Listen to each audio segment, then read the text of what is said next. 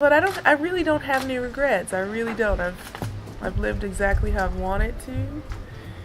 I've tried my hardest every single time. I didn't win the matches that maybe I should have always won, but I really gave it my all. So that for me is enough.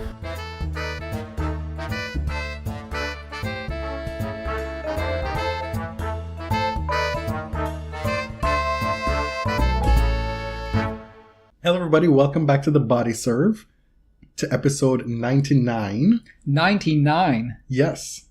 Otherwise known as, 101 episodes away from 200? That is ambition. My name is Jonathan. And I'm James. And the title of this episode is TBS A through Z. I say Z, you say Z. Mm-hmm. Because that's English. I was taught the Queen's English, and so that is the correct way. I don't know of any queen. I don't see her. I don't pledge allegiance to her. Mm-hmm. I can never be a Canadian citizen for that reason. Well, that's by choice. True. You could if you wanted to. But speaking of queens, I'm not quite sure where I was going with that. Yeah, I'm interested to see where this goes. I think this was our second take at the intro, and so I think I had something from the original intro stuck in my head that I got my wires crossed. The title of the episode, as I said, TBS A through Z, and that was inspired by our listener friend pal, Dr. Scholes on Twitter, known as Shola to his kin. That is his given name. Uh-huh. Dr. Scholes is only the name he uses when inventing wonderful foot products. And he wanted us to talk about and expand upon his frustrations that he aired to us about the WTA and their incessant need for clicks. Yes. Specifically with the A to Z piece that they did about Maria Sharapova. Yeah. Which I'm of two minds, because I don't want to trash a writer who's writing to pay the bills, to do their job. It just wasn't a super illuminating piece. Well, look, it also comes after she's won her first title back from the ban. And we know that the Maria situation is a bit fraught with fans and detractors and people who are still a bit turned about it. Yeah. And part of that was the seeming full embrace by the WTA throughout the entire situation, right? And Agreed. So this feels like a kind of a coronation, an unnecessary one. I would understand if current WTA stars are pressed by the reception. I can't think of any of the top stars who've expressed any indignation, but I do feel it's a bit disrespectful for the people who have been here week in and week out, trying their best to represent the WTA and win matches. I think it's complicated. It is. I think Maria is a big star, and the WTA needs to sell its product. Yes, right?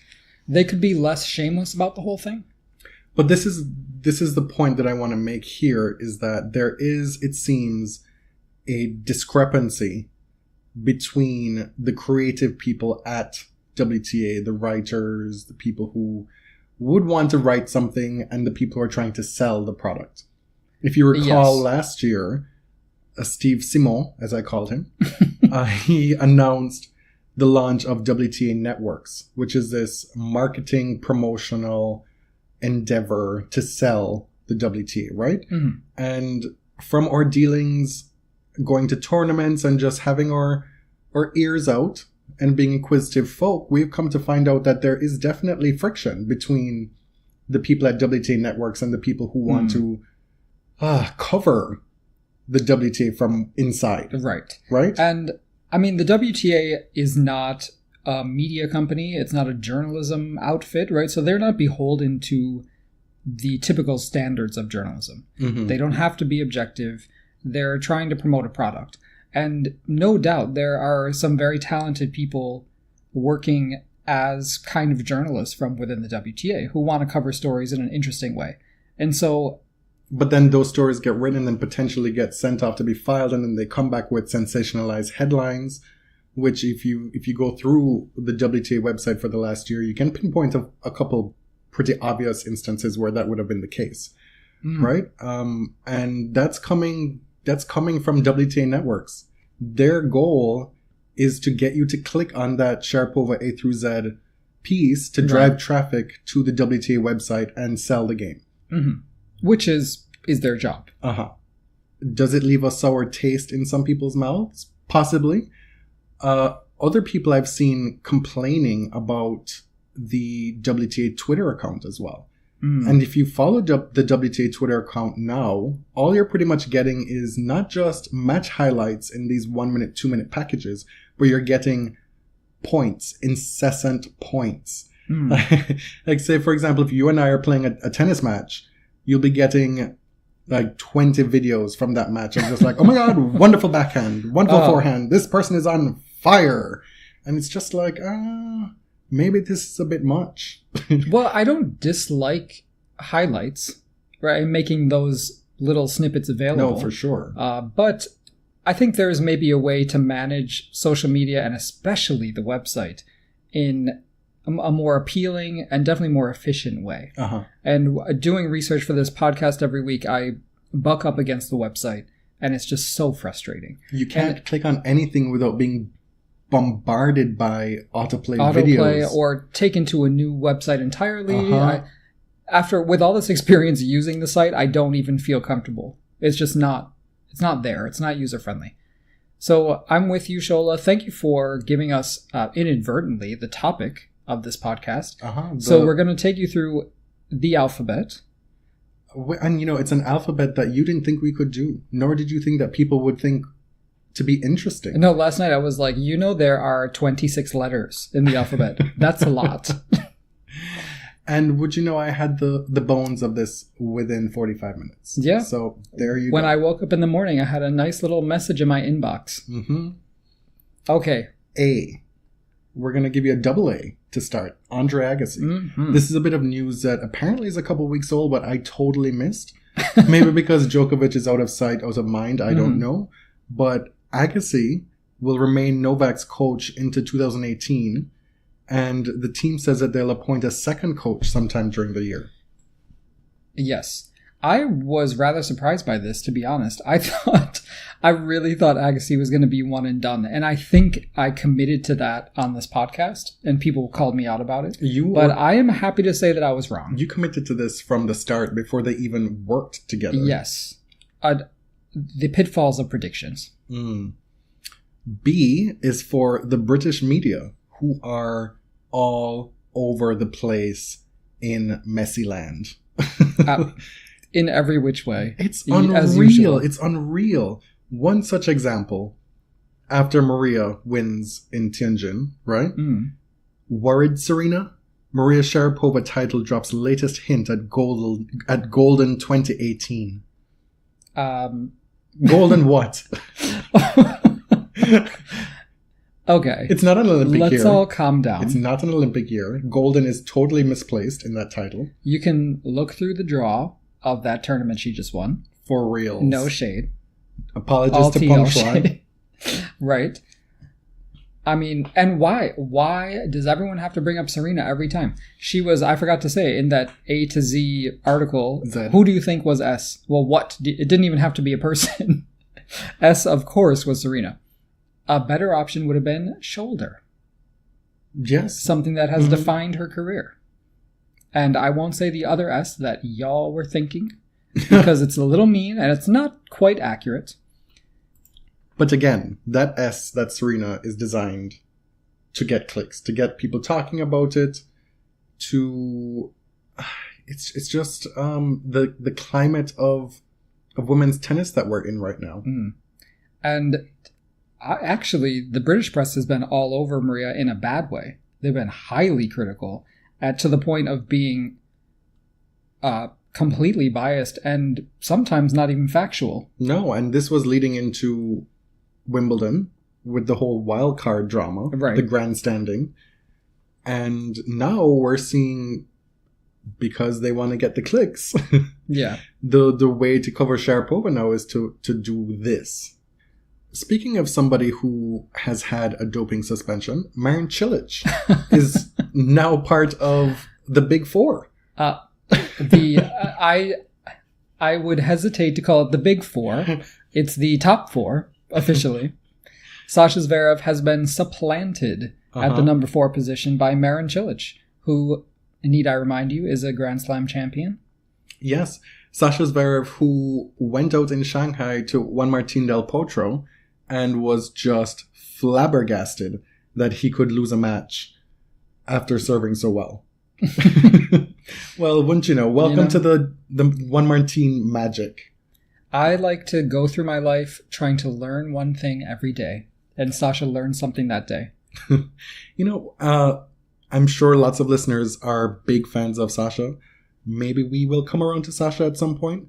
But one of my favorite things right now is to have Sasha learn in real time that his swag ain't all of that. Like, his swag doesn't match up to what's going on court. Because the way he carries himself is just a bit too much. Like, your net game is busted.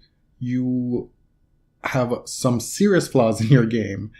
And where you are right now is amazing. You've reached number 4 in the world. You've pushed the best players, beaten the best players. But you are not all of that just yet. Right. But back to the matter at hand. C. Cilic. He is number 4 in the world.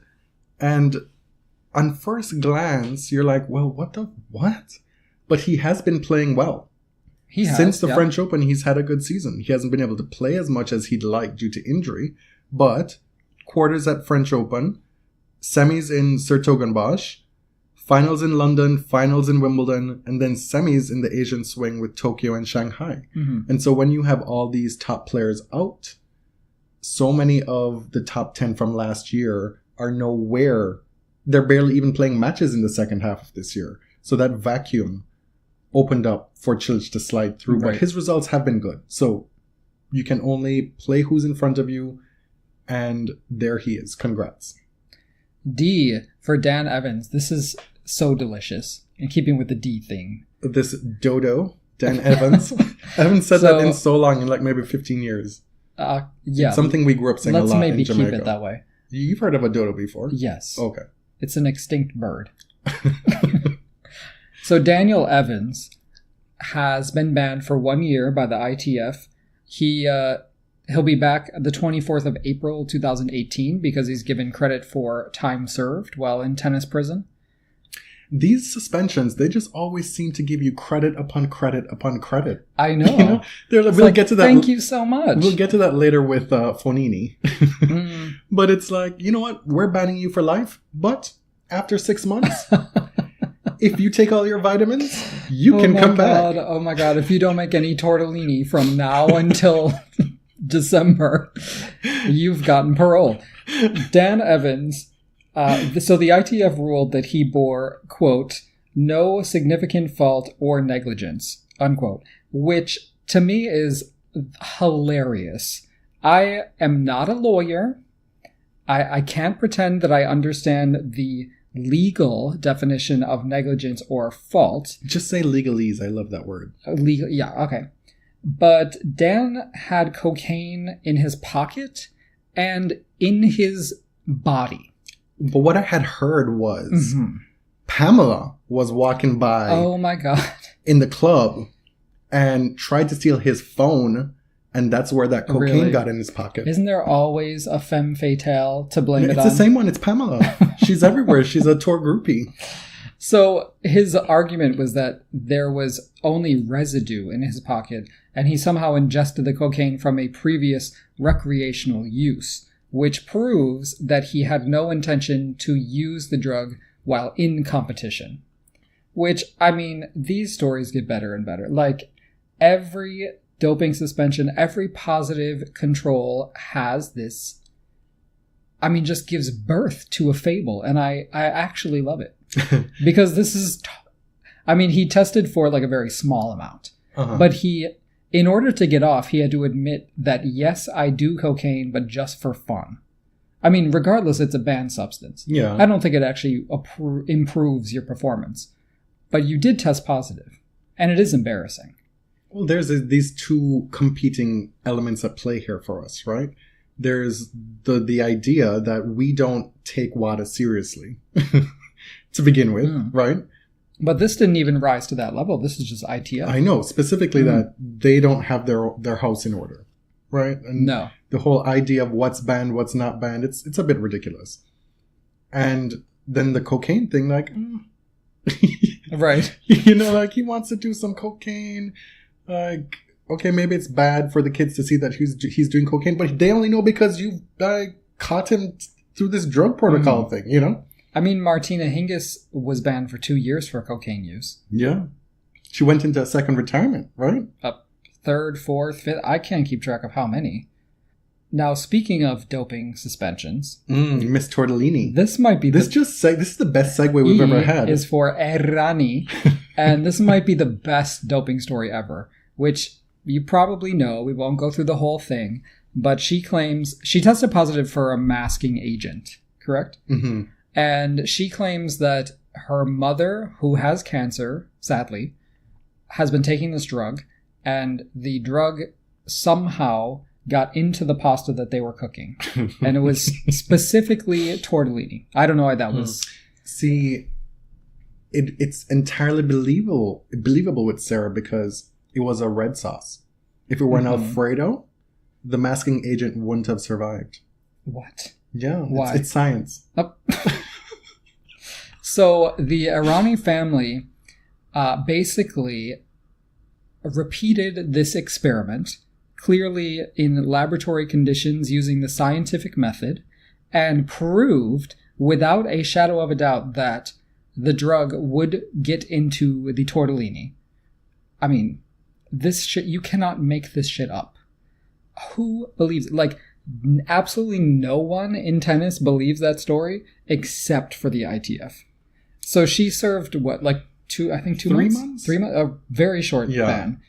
The reason that she's on the list this week is that she won doubles at Tianjin with Irina Camelia Begu, and she is one of 2 players who have just won their first title back from suspension at the same tournament. Look at that. Which has to be a first. I don't think we've gotten confirmation. I would think so, yeah. What a week. Mm-hmm. I'm on pins and needles waiting for the next doping story. Federer defeats Nadal 6-4, 6-3 in Fedal 38. 38, yeah. That is F. And really F that. Where to start? Do you know, I'm so mad about this because I lost sleep. I knew that if I stayed up long enough, I always fall asleep watching TV. And I'm always up late. I barely go to bed before 3 a.m. And, you know, I was just fucking around on YouTube or something. Got into bed at 4:25. I was like, oh, well, I'll just fall asleep to the start of this match. Of course, I went to bed at 6:30. Right? And yes, obviously, we're Nadal fans. Disappointing in that regard. But Federer played impeccably well again. Yeah, I mean, his form this year is just out of this world. The backhand's working, the serve. I have long upheld, stats be damned, Roger Federer is one of the most fearsome servers on the ATP Tour, in my opinion. I mean, that's not a shocking statement. No, but he doesn't serve the fastest. He doesn't have the most aces. But if I want somebody like serving for my life, I might pick someone like him. Not Serena? Well, I'm talking about ATP Tour here. I mean, Rafael Nadal, who, although he is loath to admit it, was a step slow, was feeling sore, won 8 points on Roger Federer's serve. 8 points in the entire match. Well, they walk on court and they're warming up. I'm kind of hazy, and I look and I see Nadal's knees strapped. Oh, right. And which it's is like, alarming. what fresh hell is this? You know, because Rafa hasn't... This is the most he's played in a while this year. And he's been playing a lot on hard courts, winning a lot on hard courts. He'd come into this match with a 16-match win streak, dating back to the US Open, all on hard courts. This, I don't want to say inevitable, but my God. And it was noticeable to me. I don't know what other people thought, but it was most noticeable that he was slower in reacting, in moving laterally on court. Yes, which makes it really difficult to return serves out wide and down the tee, which is the only place that Roger was serving, and with great accuracy. my position now with Fedal, and we'll talk more about this later on with another letter, is that I want to see more competitive matches. And the hope that I had for this match was that you had Nadal coming in on a 16-match win streak, feeling himself, playing well, winning the US Open. He's number one. Federer is playing his way into form, playing well in the tournament. Maybe we could finally have the Fedal match post-Australian Open where these two top players in 2017 can put on a show. Mm-hmm. Because Miami was a dud, Indian Wells was a dud, to no fault of Federer. Right. You know? But I this matchup, while it engenders so much anticipation and hype, more often than not doesn't deliver the goods. Yeah. In terms of the gravitas of the two players that are playing, right? And so when I turn on the TV and Nadal's knee is strapped, find out that it's an indoor match. It just happens to be raining in Shanghai and they close the roof. Like, okay. Like, not only is this probably not going to go well for Nadal, I'm going to lose sleep over it as well. Mm. Yeah. I mean, there was a time when they would play each other, you assumed that Nadal would win regardless of surface. That's true. A good few years. They had a lot of not very interesting matches. It cuts both ways. It does, yeah. Now, did I expect Federer to have this run at 36 over Nadal? And over a resurgent Nadal, not like a 2015 Nadal.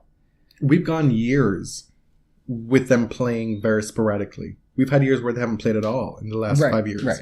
And so to have them now in this position is kind of crazy. At these ages. Yeah. Like you, I hope that there would be more interesting matches. Because there was a time when this was one of the great rivalries of our sport. Mm-hmm. And it may well be again, but it's... you can't judge it by a stretch of like 5 or 6 matches. Fair. Well, Federer has won 5 in a row now, dating back to last year. I think it was Basel last year, and then 4 this year. But it has been a while since we had a classic match between the two. Mm-hmm. Many years. And I just want to point out that I've heard in the Twitter streets that some folks were upset about Roger's press afterward. Mm. Full disclaimer, I didn't watch the press. So I always like to get the full context from having seen or heard it, right? Right. But it was fairly believable to me from what I read. Oh. He was asked about Nadal being a step slower, and he's like, well, I didn't really notice that. Yeah. I'm like, Roger. That's not his thing. We've had Roger for damn near 20 years now. Like, you know you're going to get impressed. I'm not upset about it. Look, there are facets of Roger now that I really enjoy. Mm-hmm. Yeah. So many parts of it. There's just like little things that pop out now that take me back. Right. Are we moving on to G? To G. Mr. Grigor. Grisha. I feel bad for Grigor. I do. A little. A little? Well, because I want Rafa to win. Yes. So we brought him up specifically because he has lost to Rafa in some big matches this year. He's 1-10 against Rafa lifetime. Mm-hmm. But he's played him now 3 times in 2017. Yes. Semis at the Australian Open, which was quite possibly the match of the year. That was a hell of a match. Mm-hmm. Then he plays him in the Beijing semifinals, loses in 3 sets, and then the very next week he has to play him in Shanghai in the quarterfinals and loses in straight sets again. In 3 sets. Yes, sorry, yes. Yeah. In 3 sets. So all of their matches have gone the distance this year, which you noticed is kind of a trend with them. Uh-huh. Only 3 of the 11 matches that they've played has Grigor not won a set. Which is saying something. Not many ATP players can claim that against Rafa, in spite of the lopsided head-to-head. Mm-hmm. And we make fun of Grigor. He's kind of a laughingstock for a lot of people right now because of his... He is, because of where they've expected him to be in his career. Okay. They make fun of him and his mental prowess in crucial situations and big matches. But he's been able to bring it against Rafa. Yes. And it's an aesthetically pleasing matchup to watch. Oh, I quite absolutely. enjoy it. But he hasn't been able to take the next step, all but once against Rafa. And a lot of people have written him off as somebody who's able to really take that next step and become a slam champion or beat the top players more consistently. He's still only 26. I still think he has another gear that he can find and that he will find. Right. I'm not there. I think the obvious comparison is Gasquet. And because he's, again, someone with a aesthetically pleasing game, not dissimilar from Grigor and, dare I say, Roger, but he made 2 semifinals in Grand Slams. See, I hasn't been around for many years, has had a very good career. I think that's a disservice to Grisha. I think his game is leaps and bounds, not only better, but more aesthetically pleasing than Gasquet. I never found Gasquet's But I'm saying that mentally, attractive. I think that Grigor has more potential to make that leap. Yes. And he has a lot of years to do it. And he seems so keen on putting in the hard work to make it happen. Yeah. H is for Hong Kong. Who were the winners? Pavlyuchenkova defeats Gavrilova at Hong Kong. And I think I said this earlier in the year, but Pavlyuchenkova is quietly having a very good year. She won the title at Monterrey and Rabat. So that's 3 titles. She was runner-up in Tokyo recently, and she was quarterfinalist in Australia. Up to number 18 in the world. A stone's throw away from her career high. And she's on the leaderboard for Zhuhai. So she's having a great season, but also a hell of a back end of the season. Mm-hmm. We'll talk about Zhuhai later on. I wonder what letter that one will pop up under. Thank God for Zhuhai, because it would be hard to find a Z. There were a lot of thank gods in this thing. Injury update. Swiss Miss Junior, Belinda Bencic, is back. She is back. She made the top 10. I famously said that this feels like a top 10 arrival that's going to stay for a while, and I don't think we've had a faster top 10 exit. Right. Which is entirely due to injury on her part. She's been out for a long time. She did play the main draw at Indian Wells this year, but her appearances have been sporadic. She played a few ITFs. She won one in St. Petersburg very recently, and here she is on the main tour. It's her first win on the main tour since Indian Wells. In Linz? And she beat Flipkins in Arua Barrena. Mm-hmm. She's back inside the top 200. Godspeed. And come back to the upper regions of the WTA Tour real quick. J, our favorite letter, is for whom? This one I'm quite enjoying. This one gave me a lot of pleasure. Miss Jo Konta. Mm-hmm. She was all sorts of classy with respect to this whole debacle of not making Singapore again. Right? Let's face it, it's a debacle. And so classier than I was. Yes. Yeah. We talked about this on the previous episode, and you were far less, what's the word? Not charitable yes, to her. You were far less charitable. Mm-hmm. And she sends out a message on social media saying, "Hey everyone, just wanted to touch base. As you all might have seen, I've needed to withdraw from Moscow. I'm obviously sad that I couldn't continue my battle to make it to Singapore. However, it's a massive congratulations to all the girls that have qualified. I am working hard to recover well and still make it to Singapore as an alternate and to be competing in Zhuhai. Thank you everyone for the continued support, and I'll be seeing you guys soon on court. Johanna." It must be a really hard time for her because she could have gone to Moscow, not likely odds, but she could have still qualified for Singapore outright. But here she is being, gracious and delightful to folks. And then you scroll through her Twitter profile, and it's just filled with sweets and cakes and all these delicious treats. She's got an apple, pear, and cranberry strudel, which looks like the size of 5 burritos together. And she says, "Cake alert, we have an addition in the form of an apple pie." And then she says, "To all you doubters out there, cake game strong." Wow. And this coincides with us starting to watch the GBBO, the Great British Bake Off. We've started with season 1. Yeah. So this is the Great British Hungarian Australian Bake Off. Hungarian Australian British Bake Off. Okay. I don't know if the order is that important. But she has found something to do to pass the time. What is it? My question to you is, and to the listeners, what is it with Brits and their sweets? We know that sugar was a huge part of the slave trade. Mm-hmm. A big part of the empire and sustaining the empire.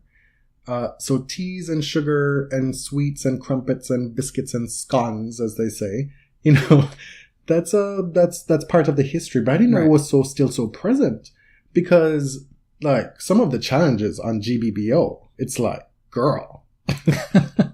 And then we have the history of Miss Judy Murray on Twitter, who that's all she tweets about. Right. She loves her some sweets. I don't know. It's the influence of Mary Berry, man. Okay. K is for Kremlin Cup, which is in Moscow.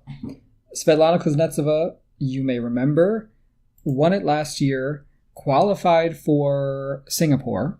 To knock out Konta. Do you see how these letters are just seamlessly blending? I can't even take credit for that. It's just happening. Now, unfortunately, Kuznetsova is out. She's not defending. She's injured. Konta is out, as you just heard. But, you know, tons of the Russians are there. The usual suspects. Obviously, it's a home tournament. There really aren't that many in Russia. Well, Sharapova was there. She was there, and she lost today to Rybarikova, she did. Who was a finalist last week. Colleen is the number 2 seed at a tournament. I saw Colleen tweet about, I don't know if she tweeted or somebody reported that she said in press. You know, you get these things mixed up. Yeah.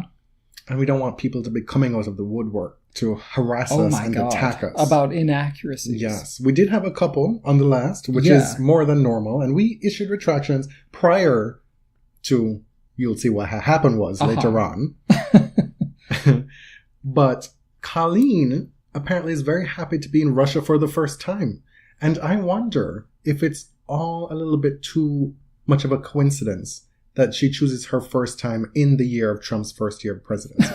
I just want to say.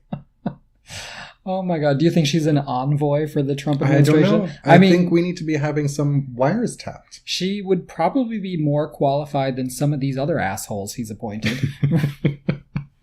What else about the Kremlin Cup?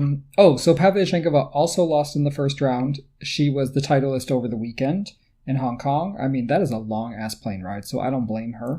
And she lost to Kazatkina, who, you know, no shame there. No. On the men's side, it's also a men's tournament. We got PCB. We have Ramos Vignolas, Damir Zhumor, which I think in any of these smaller hardcore tournaments, he's a contender now. Manarino, and then Rublev. Who is just busting up the rankings, Rublev. Yeah, under the radar totally. Yep. He's in the 30s right now. In Linz, Barbara Stritsova, she wins, and she beats Rybarikova for her second career title. Mm-hmm. And Rybarikova then leaves Linz, goes to Moscow, and beats Sharapova. And we talk all the time about how difficult it is to have a big, strong result one week, go deep, make the semis final, or win the tournament, turn around, fly to another city. Doesn't matter how far away it is. You still then have to adjust to jet lag, different court, even if it's the same surface, different court, how the ball is playing different balls. Rafa talks about that all the time. Different balls. It's not often that you see non-top tier players have consistent results week in to week out because it's difficult. Right? And so Rybarikova is able to do it. Who is not able to do it? Stritsova is not able to do it? Who is it? Our M was not able to do it. Oh, that's true. M that's for true. Maria. Yes. Sharapova was not able to do it, and Pavlyuchenkova was not able to do it. No. Now, Maria is our M. Yes. She won the title in Tianjin. She beat Sabalenka, a fellow Russian, in the final. She's not from Russia. No, she's not. Belarusian. Belarus. Oof. It's not the same thing. Dodged a bullet there. Whoa. The pitchforks would have been out. Close. Now, she did beat Peng. In the semis. But her run was, you did that, girl. Let's move on.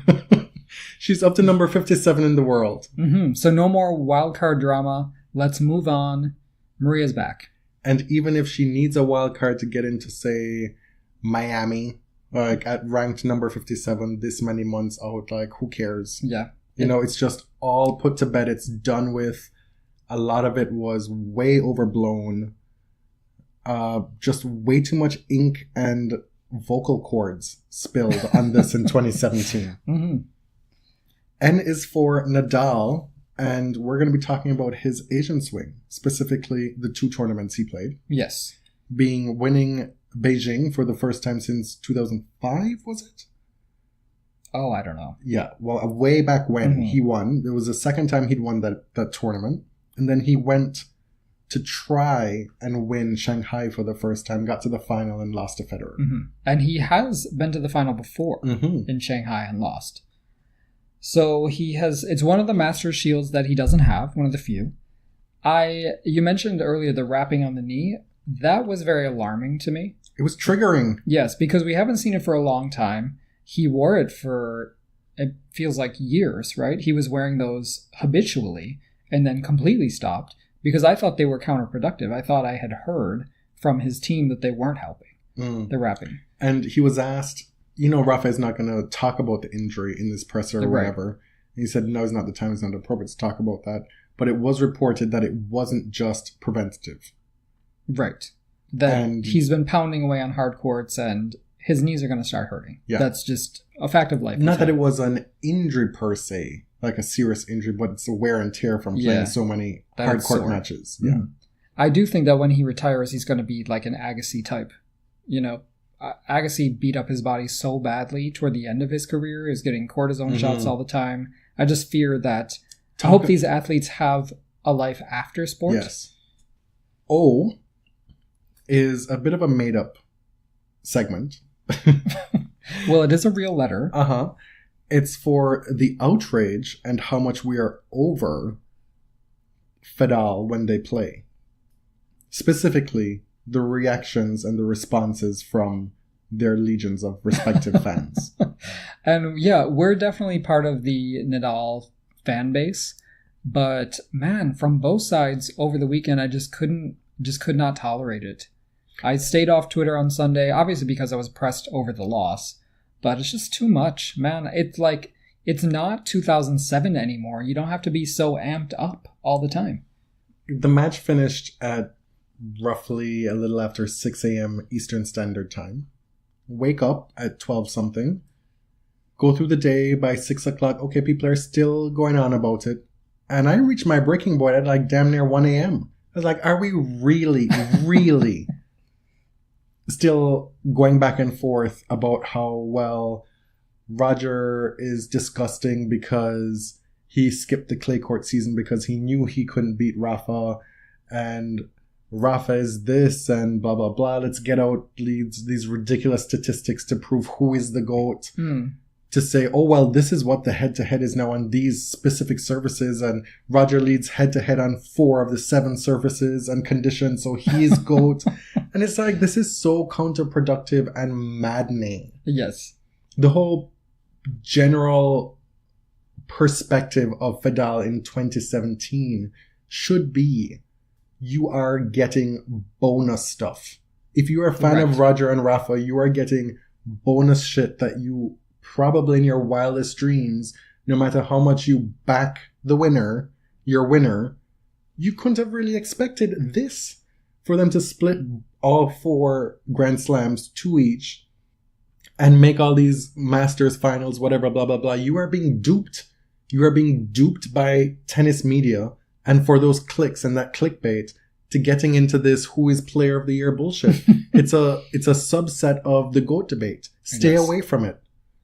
It's because it doesn't actually mean anything. It doesn't add anything. And no one will remember it. No.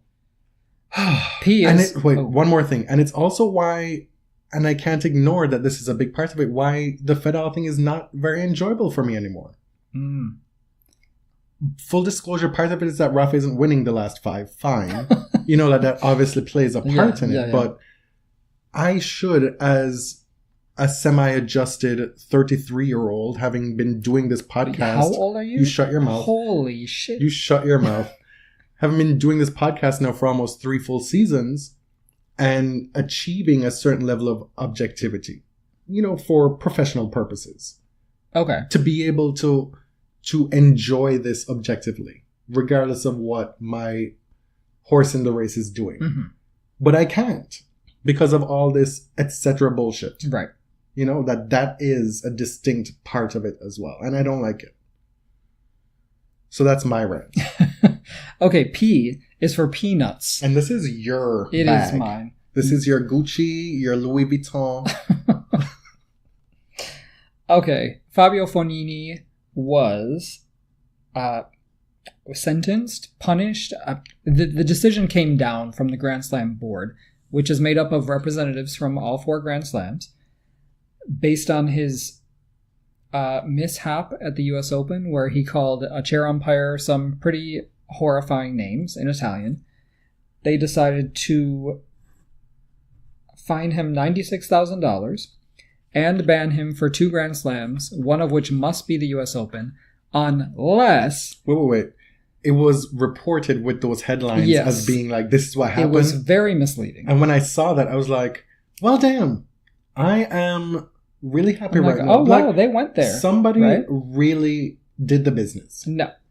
He will only owe all that money and be banned if he commits another major offense at a Grand Slam. And the Grand Slam board are the people who decide what a major offense is. So in this case, they ruled that he committed 2. Now, if he doesn't commit another major offense, he will owe $48,000 with no ban from Grand Slams. Which is apparently peanuts. According to him, it is peanuts. Because, when you marry the US Open champion, you can spend her money. It's peanuts for Flavia Pennetta. Oh my God.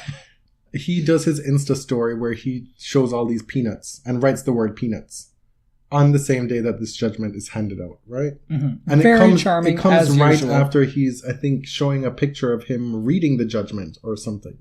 It's a typical Fabio. He's such an arrogant prick. Behaving like the child he is. Mm-hmm. That's so endearing. Right. Now, I posted something criticizing the ATP for having basically no reaction, no action whatsoever. And a lot of people said, well, it happened at a Grand Slam. They can't do anything. And I could be right. I could be wrong. But I'm here to tell you that I believe strongly that they could still do something. They won't. But I do believe that they're within their rights to do something. Because I read the motherfucking rule book. You did? I did. Because I was bothered by the whole thing. So first of all, when I say they haven't done anything or they have no opinion, that doesn't mean that they have to act with a fine or a ban. They can say something. Exactly. They can make a say statement. Something. They can protect their brand, basically, by saying, listen, this happened at a Grand Slam. We don't want to get involved monetarily. However, that's really fucked up what he did. And that's not what the ATP stands for. So they failed in that respect. This is how fucked up tennis is with all these moving parts in terms of multiple governing bodies, right? Because the ATP for years have been coasting on the laurels of Federer, Nadal, and then again with Murray and Djokovic, right? And then you got Bonus Wawrinka for good measure. Right. Like, they don't got to do anything to protect their brand. This era birthed another great, just by accident. Just by accident. And with any other industry, you say something, not even industry, an employer, if you say something on Twitter that goes against your employer, or they are made aware of it and take issue with it, they may say, well, that's James's personal time. He's not representing so-and-so on Twitter. But I just want you to know that does not reflect the values of this company. And now it's different. Like, my company is a totally different situation. I'm not a public figure. Fabio Fognini is a public figure. And what he does in public at tennis events reflects on the ATP. Because, the majority of people watching tennis on TV don't know the difference between ITF, ATP, Grand Slam board. Nope. That was a new one. I learned about the Grand Slam board. I didn't fucking know. Really? That we've rarely had occasion to learn what it is. So here's what I found. There is a provision in the ATP rulebook, or the ATP code, about basically disrespecting the integrity of the sport in general. So if a player at any time has behaved in a manner severely damaging to the reputation of the sport, blah, blah, blah, blah, blah, may be deemed to have engaged in conduct contrary to the integrity of the game of tennis and be in violation of this section. So I think it applies there. Also, in the next section, we're talking about damaging the favorable reputation of the ATP, its tournaments, and players, because all those things are a valuable asset to the ATP, which clearly has a stake in public relations. Regardless of whether it happened at an ATP tournament or not, that's not in the code. This is separate and above match level. This is about behavior that is unfavorable to the ATP. So I do actually think they have a case. Clearly, I'm not naive. I know they're not pursuing this. They weren't pursuing it from the day it happened. Nothing's going to happen, but I just want to put out there that it's not out of the realm of possibility. Like, they could have if they wanted to. Mm. What we've learned is that we are part of a severe minority in thinking and speaking about these issues in tennis. People don't give a fuck. Not only do they not give a fuck, but they don't, it's not, the writing and the podcasting and the coverage doesn't reach a wide enough audience for people to care about a sport that they already don't care about. Right? Yeah. I mean, tennis community is very small. Mm-hmm. And I want to know, what does this say? And I know what it says, but what does it say about the ATP and what they think of the WTA and the women who work for the ATP and women in tennis in general? If you can have one of your top 30 players say those kinds of things to a woman umpire in a Grand Slam event, in what is supposed to be one of the 4 biggest events of your sport, that's circulating on the internet, caught on camera. So you finally have female umpires presiding over big matches in Grand Slams. And you have a male player who not only insults the umpire, but decides to sexually demean her. Yeah. That's his default. Like, it was sexual assault.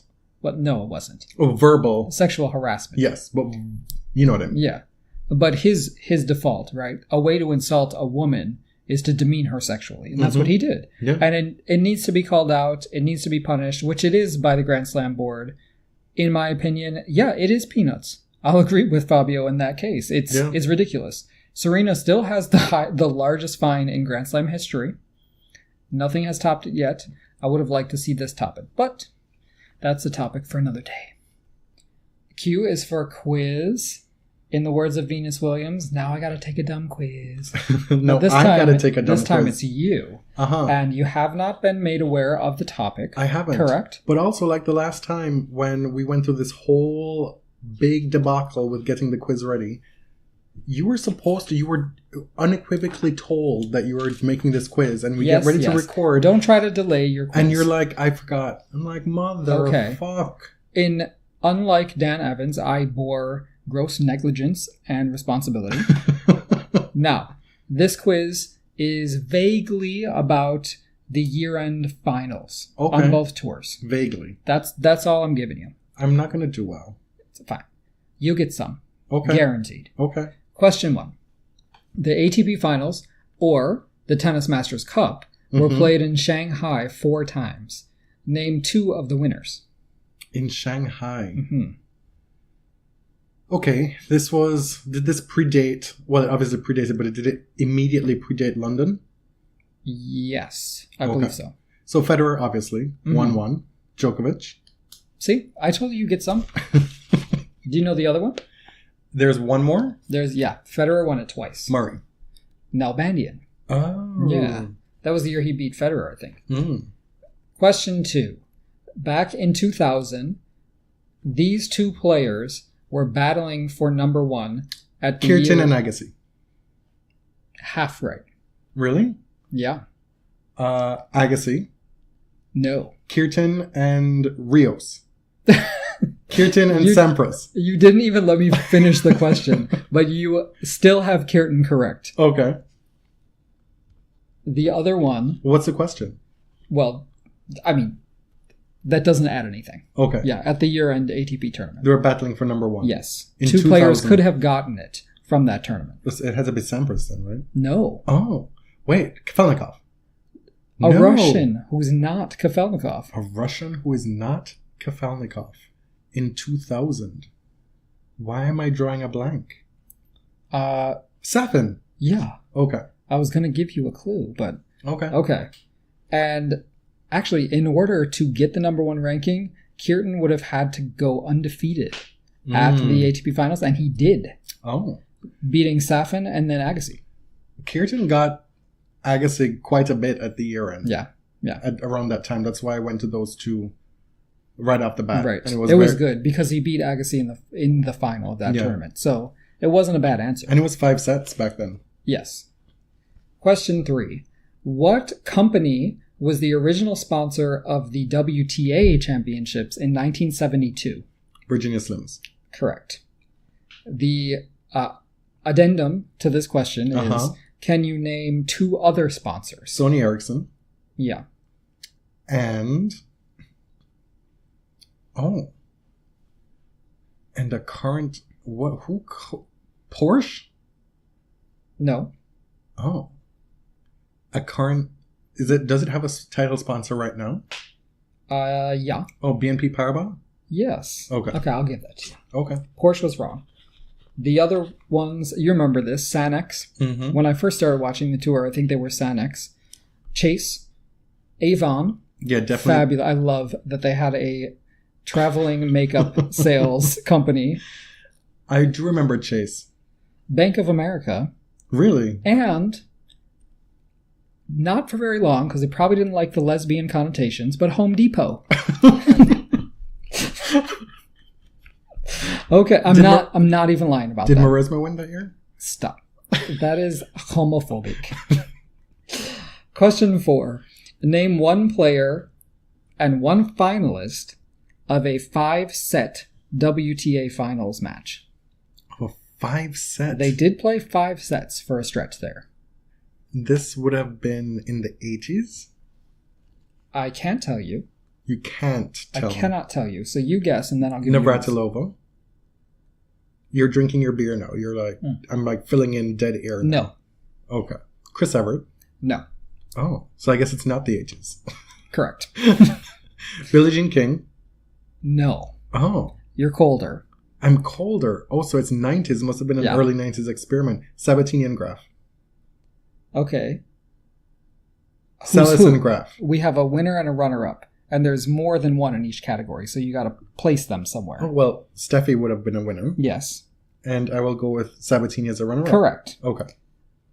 It actually lasted for a long time. And Navratilova did play in best-of-5 finals, but none of her finals made it all the way to 5 sets. She won some 4-set finals. Graf won in 95 Oh, is that and 96. what the question was? Sorry. It went to 5 sets? I'm going to give it to you because maybe it was confusing. It was confusing. Right. Listeners, have my back here. I did say 5-set. I didn't say best-of-5. Oh my god. Graf in 95 and 96 went 5 sets against, respectively, Huber and Hingis. Okay. And then Celis... I think it's Uber. Whatever. Huber. You're thinking of Janet Huber. Or who is that? Hubert. Or the original mom on Fresh Prince. What's her name? No, I definitely was not thinking of that. I was just speaking American. Anyway, and then Celis beat Sabatini in 1990 in 5 sets. Okay. Question 5. The only walkover in the WTA championships was in 2001. Serena won. A walkover Who was walked in 2001.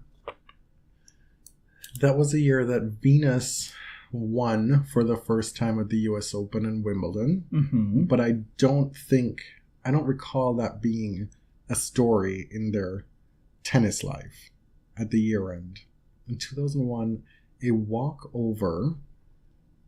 Is this like a super big name player? I'm not telling you. You've been doing very well, so you need to just guess. I am going to go with Celis. Davenport. Oh. Serena beat Davenport in a walkover. In the final? The final never happened. Oh. In 2005, this is question 6, 2005, Rafael Nadal won which ATP award? And I don't need exact wording here. Rookie of the Year. Newcomer. No, surprisingly. Oh. He won Most Improved. Oh. Now, he actually did win Newcomer of the Year. But not in 2005. Yes. Was that 2004? 3, I think. Oh, he was a baby. He was. Question 7. Name one player who won ATP Newcomer of the Year, or Star of Tomorrow, who went on to win a major, except Nadal. Except Nadal. Yes. Just have to get one. Murray. No. Federer. No. Safin. Yes. Okay. The other ones, if you're interested, Andy Roddick, Safin, Ferrero, Rafter. You can see for a few years there they were pretty spot on. Costa, Bruguera, Chang, John McEnroe. Do you know that in that WTA A through Z thing about Sharapova, F was for Ferrero? Because he apparently said in 2004 that, she's going to win. Or she could win. And she's like, oh my God, he's so hot. That definitely made me win, because if Juan Carlos said it, then it must be. He was and is. So, one thing Maria and I agree on. Well, I don't. I never thought he was hot. Have you seen him lately? Ferrero? Yeah. I always thought he had kind of a mouse face. Oh my God. Sorry. Okay. Question 8. In 2004, a player made the finals based, this is ATP, based not on points, but the fact that he won a major that year. In 2004, Yes. Costa. No. 2004.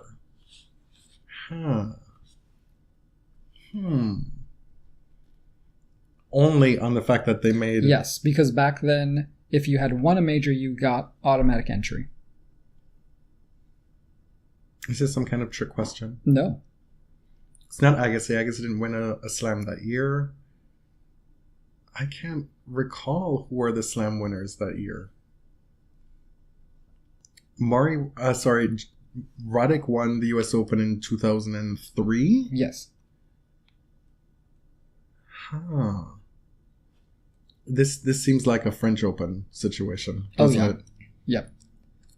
And this person is escaping my recollection. Okay. Gaudia? Yes. Okay. Oh my God. You actually got... wait, am I giving that to you? Did you guess something else? I did. I guessed... Oh, Costa. Yeah. Oh, I guess I'll give it to you. Number 9. Which American, not named Evert, beat Martina Navratilova in the 1980 WTA Championships? American not named Evert? Yes. Austin? Yes. Okay. That was easy, wasn't it? Okay. The final question. I think I made this quiz too easy. Svetlana Kuznetsova won Moscow and got to the semifinals in Tianjin last year to qualify last minute for Singapore. Yes. At what stage did she lose in Singapore, and to whom? Semifinals to Cilic. It was that easy? Yeah, it happened last year. Well, a lot of things happened last year. Okay. I do remember that because she won all these crazy matches over the course of like 2 weeks, right? To get to Singapore, and then she continued to win crazy matches. So I knew for sure she made the final 4, and then I knew that Cibulkova won the final. So that was the guess. I didn't for sure remember that she beat her, but that was a guess. I mean, there are a few half points in there, but I think I did pretty well. 6, 7. Oh, yeah, shit. So you got 7.5 out of 11. That's pretty good. Yeah, I'm happy. I think I made it too easy. Well done. Maybe if you had prepared properly for the quiz, I did. You could have made it sufficiently difficult. Let me know, everyone, how you did at home. Let's move on because we're going long here. R is for Roselyne Bachelot. She is the former French sports minister whom Rafa Nadal is suing for defamation. They were in court on Friday for the hearing on this defamation suit. Rafa's camp is asking for €100,000. Bachelot is defending herself against defamation charges. It's kind of an interesting case. Nadal claims that Bachelot defamed him by saying that he certainly tested positive in, I believe it was 2012, for a long injury layoff. The arguments from both sides are fairly interesting to me. Bachelot's defense was that other players were saying the same things publicly. Daniel Kullerer and Christoph Roches were saying similar things publicly, so... Kullerer, who is persona non grata in tennis circles. Right. And who knew one of these Ruckus brothers was causing all this ruckus? Causing a ruckus. And using the tried and true kindergarten defense of, well, other people were doing it, why can't I? Now, on the other side, Nadal was like, you want medical records? Fine. Here are my medical records. He supplied them to the court. Neither party was present in court. Nadal was in Shanghai, obviously. His lawyer said that Bachelot's words were so important because of the position that she held as the sports minister of France, and also that it imperils future and current sponsorships. Mm-hmm. And she argues that there's no evidence that it has or will, but still. But she is ready to pay a symbolic euro. A symbolic euro. So the ruling comes down November 16th. The judge might say, well, you can take your symbolic euro and add 100,000 real ones. I would love for my landlord to start taking symbolic dollars. Yes. It was a magnanimous gesture on her part to offer the symbolic euro, but she may end up having to pay real ones. I'm curious to see how this plays out, because she talked a lot of mess, and that was reckless as hell. Mm-hmm. It was Trumpian, is what it was. Rarely do these kind of cases actually get to court, I feel like a lot of celebrities threaten a lawsuit, and it's not very often you see one actually go to court. Rafa said, I'm gonna sue her. I'm gonna sue her. And he did. This thing is progressing. And it's progressing pretty quickly. When is the hearing? November 16th. Okay. The verdict. Oh, the verdict. Yeah, the hearing was on Friday. Okay. And apparently that's it. That was their day in court. So the judge just needs to figure shit out. Yeah. Okay. Well, stay tuned. On to S, which is not for Sharapova, not for Shanghai, but for, well, kind of for Shanghai, but not Shanghai results. For Schrolex. Uh-huh. For Shanghai Rolex Masters. It's for the nuffness of the Shanghai event. Oh my lord. The Shanghai, their Twitter presence is out of this world. Most of their day is spent reminding people to call it the Shanghai Rolex Masters and not the Shanghai Masters. I guess I admire their commitment to their title sponsor. Isn't this one of the accounts that's been messy in years past as well? Yeah, last year too, same exact thing. This is the infamous account. Yeah, it's interesting to me that they would think that that's good publicity. I guess any publicity is good publicity. They want the correct information out there. I can't think of any other tournament in tennis that insists that you call it by the sponsor's name, at least so vociferously. Well, they want to position themselves as the tournament that will be this fifth major that keeps being threatened on the horizon. And it certainly is a threat. Because, and who is here for that? Shanghai to be the fifth slam? I don't know. I mean, they're going to have to fill a stadium if they want a slam. Oh my god. It's totally ridiculous. To my mind. Maybe I'll feel differently. T is for troll. Also, T is for tell your boyfriend. Which is what I was told. I'm just commanded. Right? This person who has been in our mentions before, hasn't been in a while, but has been in our mentions before, which got him blocked. And so by you, that is. Yeah. And so he shows up in my mentions to try and correct something that was said on the previous podcast, which we had already redacted, already gotten ahead of that. And he says, tell your boyfriend that so-and-so, tell your boyfriend who's blocked me. No, he said, tell your R-slur boyfriend, which is me, that Wuhan and Beijing, well, you messed that up, whatever. Good day. In terms of points. Yes, it was an error. Yeah, I know. I mean, he would know that I corrected it, but I had blocked him years ago. Apparently, he listens to the podcast, which is very strange to me, because judging by what he believes and spreads over the Twitterverse and what we believe, I don't know why he would listen. Says some really offensive stuff Yeah, about women. It's yeah. like the height of misogyny. And everybody, really. Yeah. So, but specifically, our podcast is very woman-friendly. it's very and we are strange. feminists. We espouse the things that I imagine would be totally not in what's the word? In accordance with his worldview. Yeah. So, thanks for listening. Bye.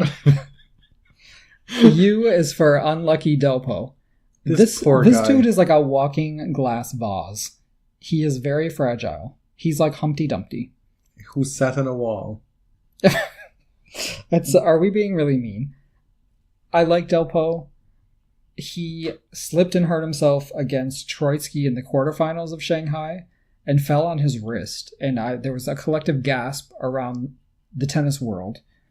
It turns out that it was just a contusion, which is really like a bruise, right? Mm-hmm. There was no serious damage, no strain or anything to the wrist. But given his history and the surgeries he's had on that wrist, he said that he probably wouldn't have played that semifinal had it not been Federer. Right. Said it was an honor to play him. And now he decides to play that match and still wins the first set and pushes Federer to 6-3 in the third set. Played a hell of a match. So please, delPo, you're back in the top 20 or on the cusp of it.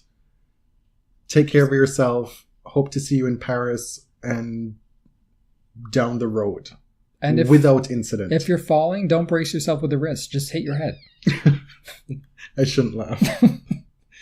V is for Venus, who unfortunately lost in her second match in Hong Kong to Naomi Osaka, who then took to Twitter to say that today I accomplished one of my life dreams. And, good for her. She took a beating at Wimbledon at the hands of Venus. And she bowed to Venus as she approached the net, and Venus shook her hand. Venus was not happy to lose that match. No. You can tell where Venus doesn't want to lose any match, but you can tell which matches Venus is particularly not happy to lose. And she was not happy to lose that match. Well, she took her ass all the way to Hong Kong. Right? The WTA number 1 race. We've got Moscow and Singapore and Shanghai left to decide the year-end, I guess, number 1, or who's going to be the 6th number 1 for the year or regain number 1 on the year.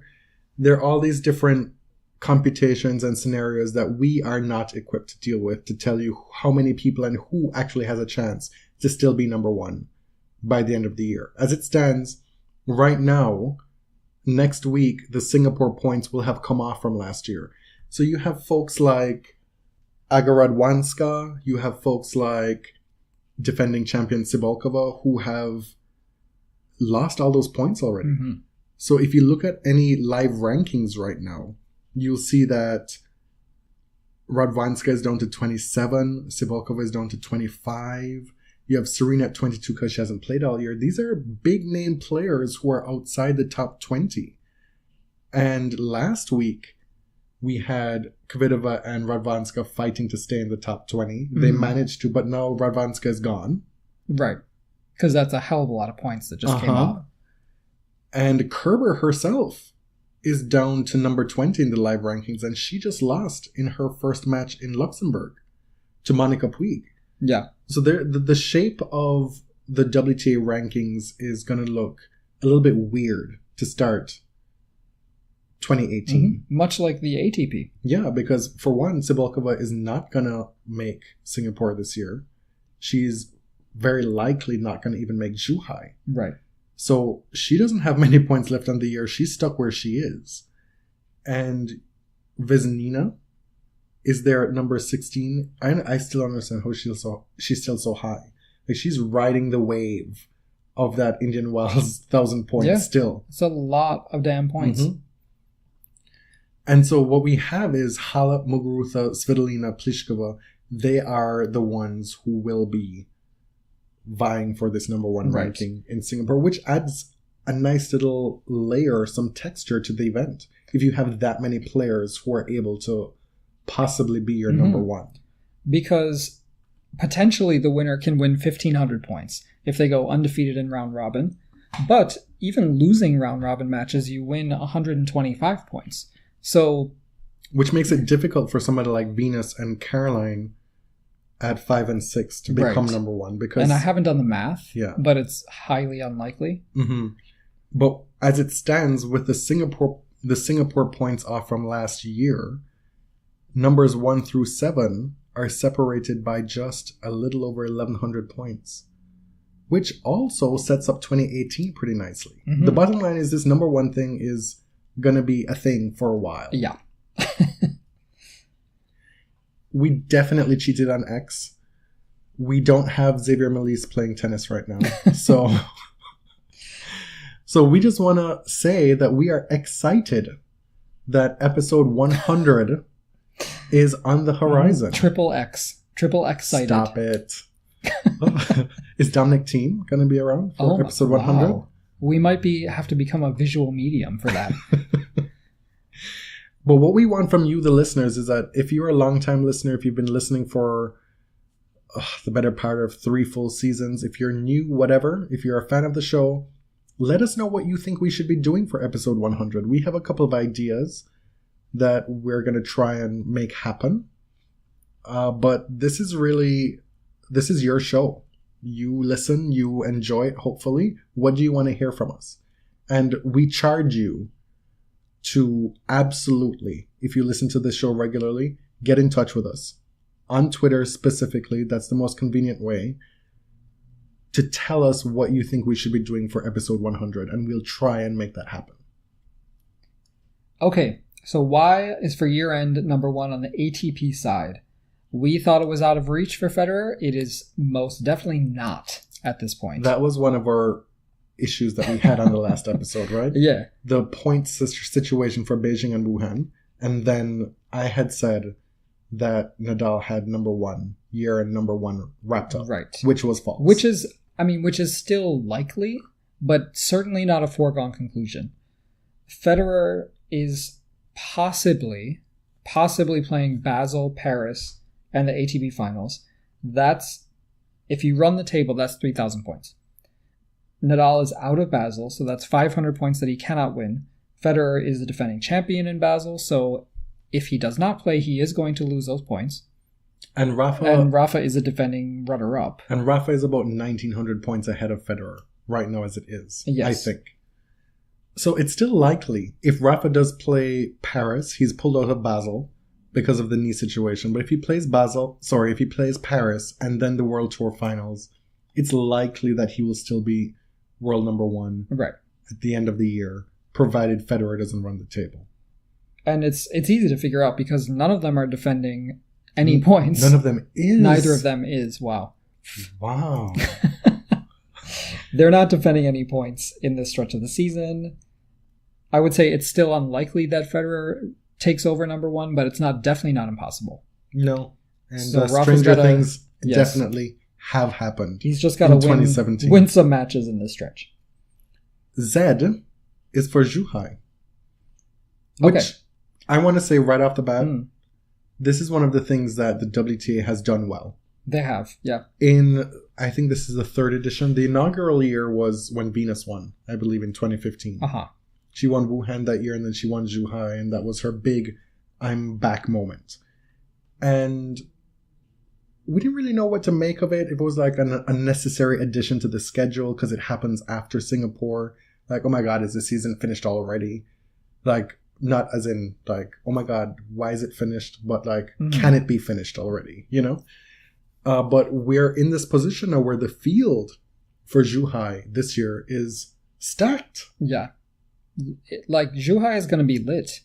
The leaderboard, so how it works is that they pick the top 11 players ranked 9 and above, and then 1 wild card, which has already been awarded to Peng Shuai. They always give it to a Chinese player. Right. That's their want. The first year they gave it to Sai Sai.